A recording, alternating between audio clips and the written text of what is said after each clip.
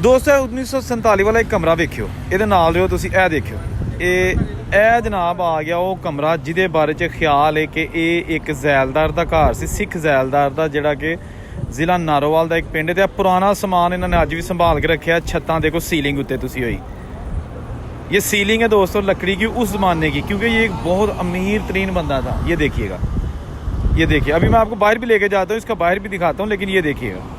जल्दी से आप वीडियो भी देखें और साथ साथ जो है ना वो फॉलो करें, ताकि आपको इस तरह की मज़ीद अच्छी अच्छी वीडियोज़ इस चैनल पर मिलें। ये पुरानी कुंडियाँ, अंकल जी ने बताया कि जो फैमिली यहाँ आबाद थी उन्होंने इसको डबल स्टोरी बना रखा था। इसके सेहन, इसके कमरे, इसके सारे दरो दीवार सारे ओरिजिनल हैं। छत पर जाने का ये रास्ता है, जब छत पर आप जाएं तो आपको पूरा गांव बल्कि नारोवाल तक शहर नज़र आता है, जैसा कि अभी आप देख सकते हैं। ये देखिएगा, ठीक है ना। कितने गए लोग जेडे बना गए हैं जी। तो अज देखो उन्होंने दोस्त